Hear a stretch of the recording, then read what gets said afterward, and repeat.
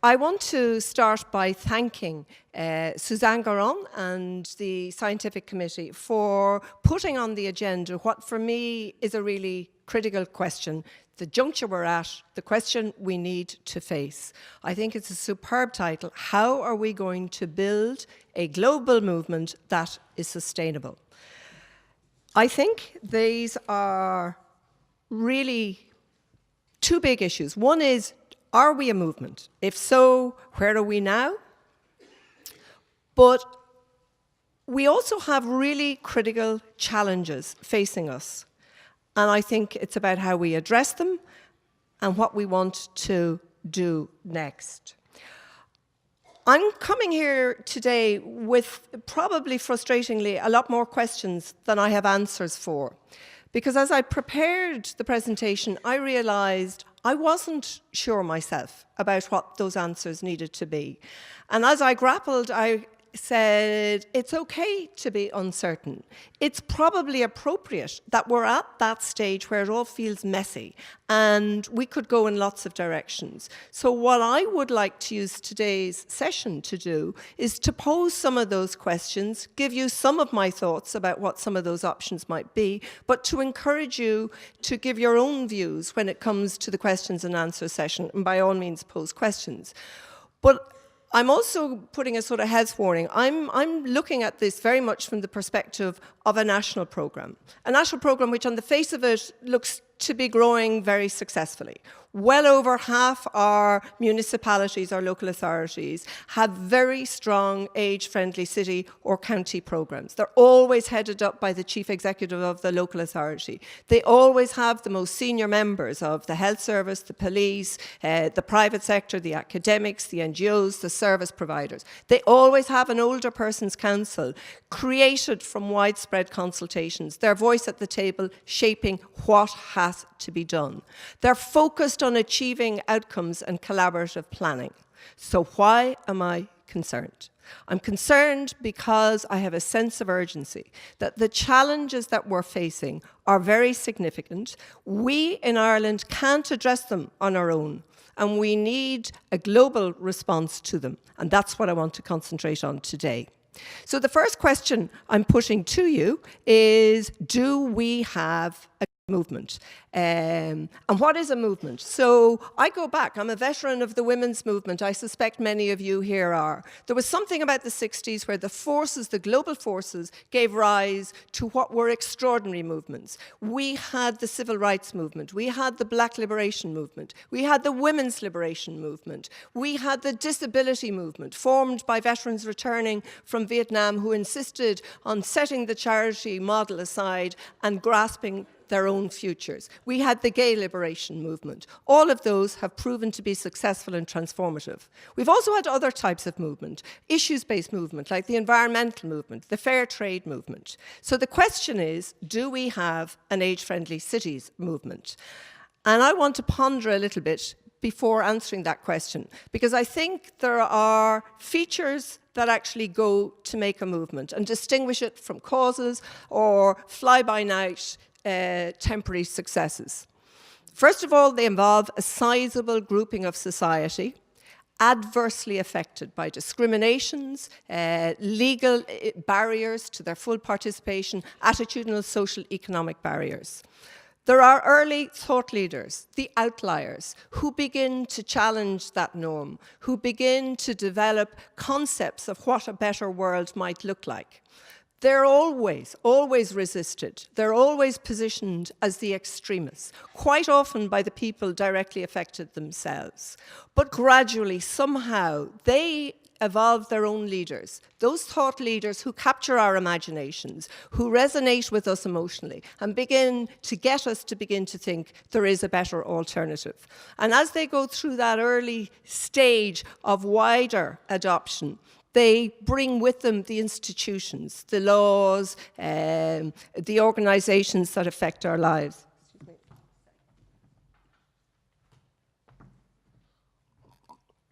Till gradually the process has transformed our societies, and often to the surprise of many of us, to the betterment of all of us. What happens is they've got globally contagious diseases, they go global and are socially transformative. So the issue is, are we such a movement yet, now, into the future? I think one thing is clear, is that we don't have an older adults movement. That is not to say we don't have extraordinarily strong older adults organizations being a very strong voice. Quite often they're international. But a movement, I don't think so. Two, for me, of the essential ingredients are missing. One is we don't have an angry, discontented, older population taking to the streets, demanding a better life. In fact, when we consult, there are persistently high levels of self-reported happiness and a concern about others. And secondly, we don't even have a name for it. We don't talk about an older adults movement or older people's movement. We've had the Grey Panthers and we've had different manifestations, but a global movement, I don't think so.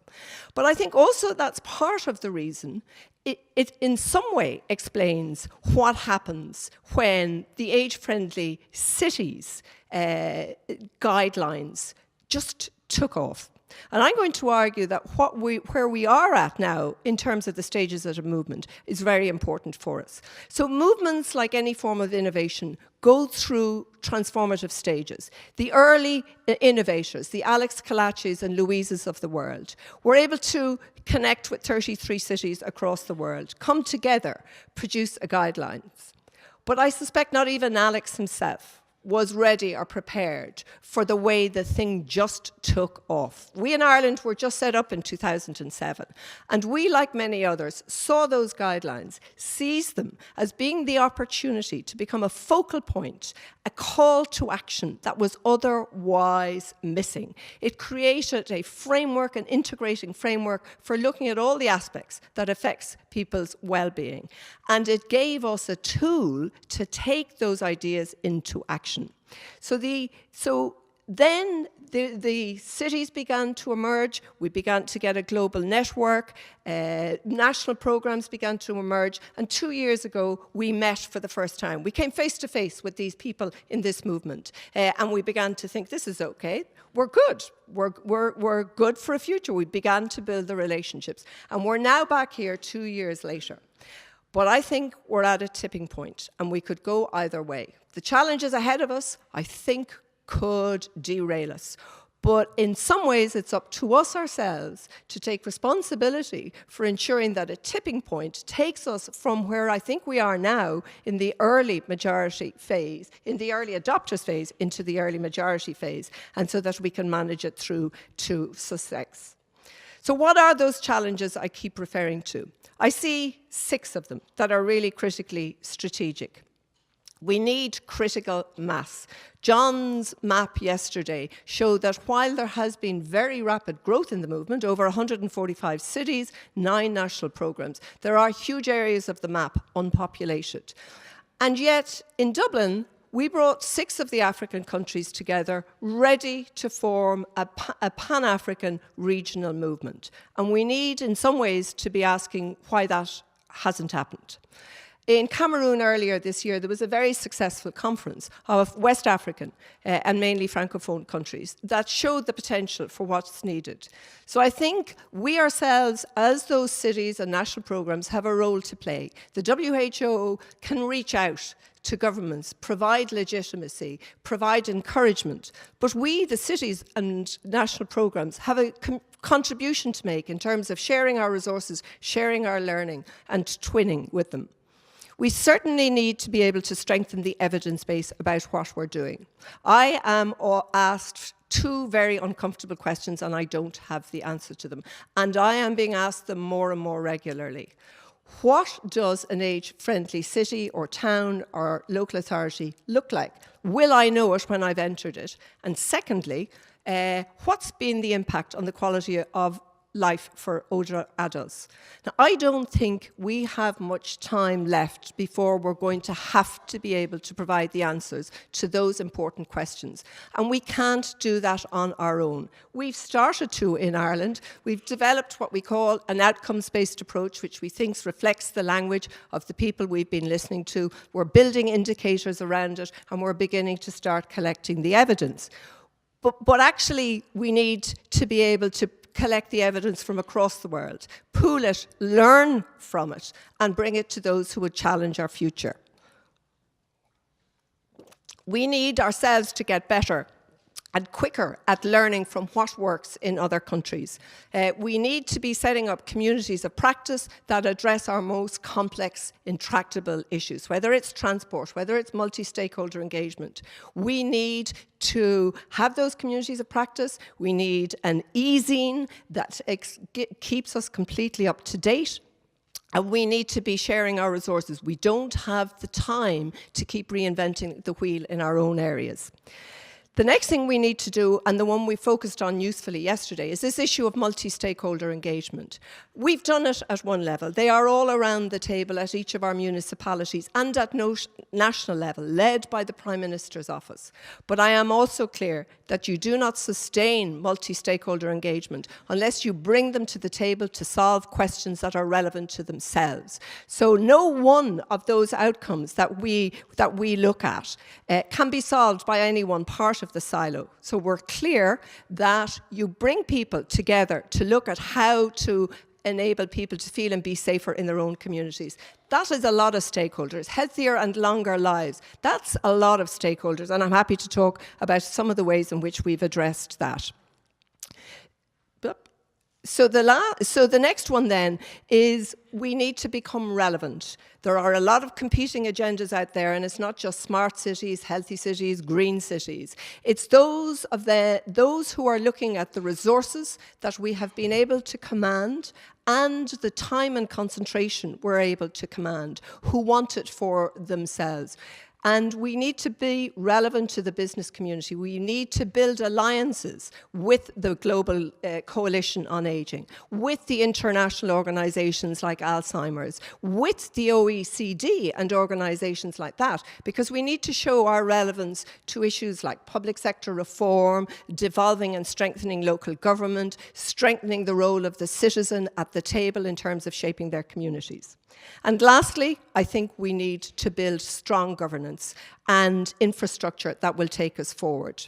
So I think we're at a stage where we need now to change our identity and become we, the cities and national programs, taking responsibility for addressing those challenges and coming up with the solutions that will work.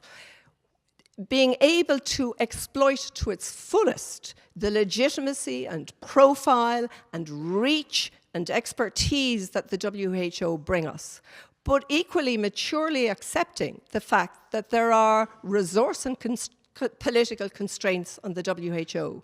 And therefore we need to think about the sort of infrastructure we need as the cities, as the national programs, to bring us together to build the responses, whether it's communities of practice. We need to be meeting more frequently, but we've got to a stage where we need to go beyond conferences now into a sustainable infrastructure that will serve us. And I think what that structure looks like is part of what I want to be able to explore with you today. We definitely need some form of international steering group that brings the national programs and all of this. Well, we need a forum in which all of the cities, all of the national programs can have a voice in shaping how we make sure this evolves into a movement.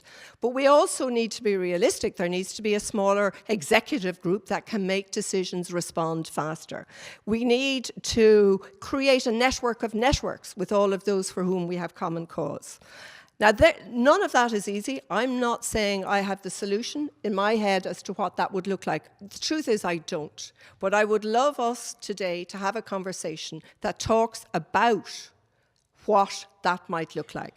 And then, because I think we have it in our power to ensure that what is now at a tipping point becomes a sustainable, vibrant, global movement that enhances quality of life for all of us.